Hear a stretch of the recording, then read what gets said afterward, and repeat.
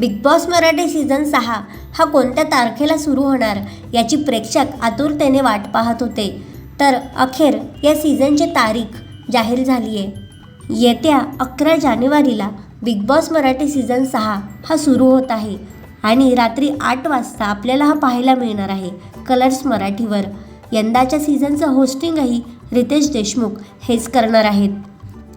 परंतु या सीझनमध्ये कोणते सदस्य येणार हे सगळ्यांना जाणून घेण्याची फार उत्सुकता आहे.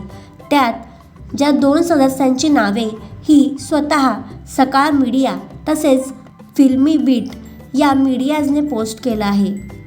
त्यांची नावे आहेत सोनाली राऊत आणि विनायक माळी, जी सध्या 100% बिग बॉस मराठीच्या घरात येणार असे म्हटले जात आहे. विनायक माळी हे एक यूट्यूबर आहेत आणि ते कॉमेडी व्हिडिओजसाठी प्रसिद्ध आहेत. तर सोनाली राऊत ही बिग बॉस हिंदीच्या 8व्या सीझनमध्ये म्हणजेच गौतम गुलाटी या सीझनमध्ये आलेली होती. ती एक मराठी मुलगी आहे.